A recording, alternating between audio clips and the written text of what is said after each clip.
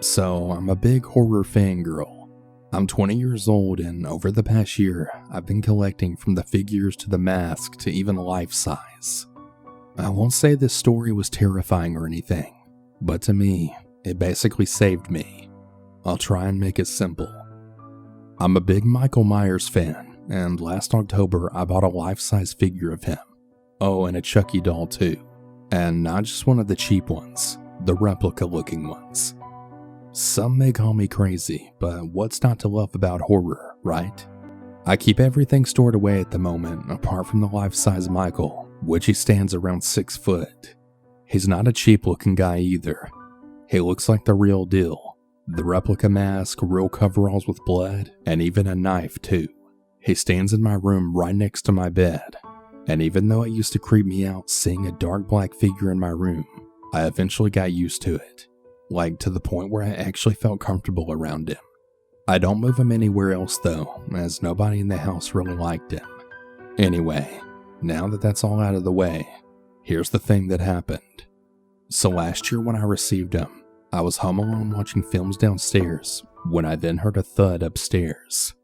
I froze, as I didn't really know what to think. I slowly got up and went up to my room, and then instantly heard the thuds from the downstairs door.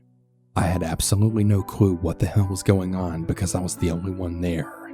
I quietly sat in the dark as I didn't keep the lights on, and I listened. I heard what sounded like men talking, and then I realized someone had came in and that I didn't lock the door. The TV was also left on, so they had to have known I was there.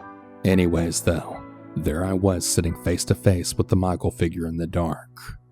I heard the footsteps coming up the stairs to my room, while I sat in the corner with my head spinning.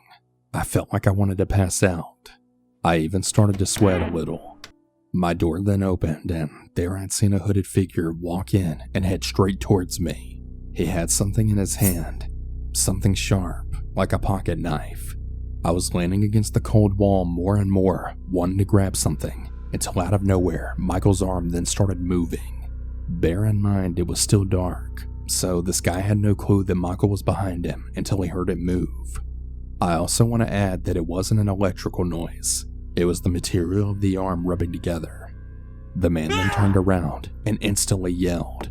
And I mean, I've never seen a man run so fast in his life.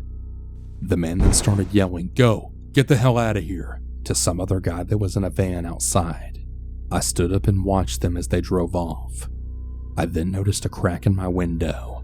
Obviously, these freaks were throwing rocks at my window, possibly to distract me, but I didn't care about that. I turned around and just stared at Michael because I really had no clue that he could even move. I started investigating and then realized he was an animatronic the entire time, but I was thinking he moved just at that exact moment and basically saved my life that night. I can even laugh about it now because of how scared the guy was. I got my window repaired and did mention to the police that I had a break-in, but there was really nothing they could do about it. But it was still reported just in case they tried anywhere else. Luckily nothing was taken, as there was really nothing valuable downstairs. Obviously this Michael Myers looked like a real person, and anyone that looks at it, especially in the dark, gets the creeps by it.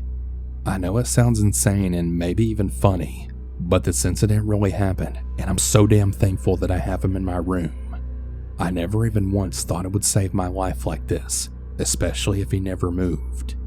I always wonder how he moved anyway. I mean, it happened all by itself. Was it some kind of coincidence? I'll never know. But thank you, Michael. God only knows what that guy would have done to me if you weren't here.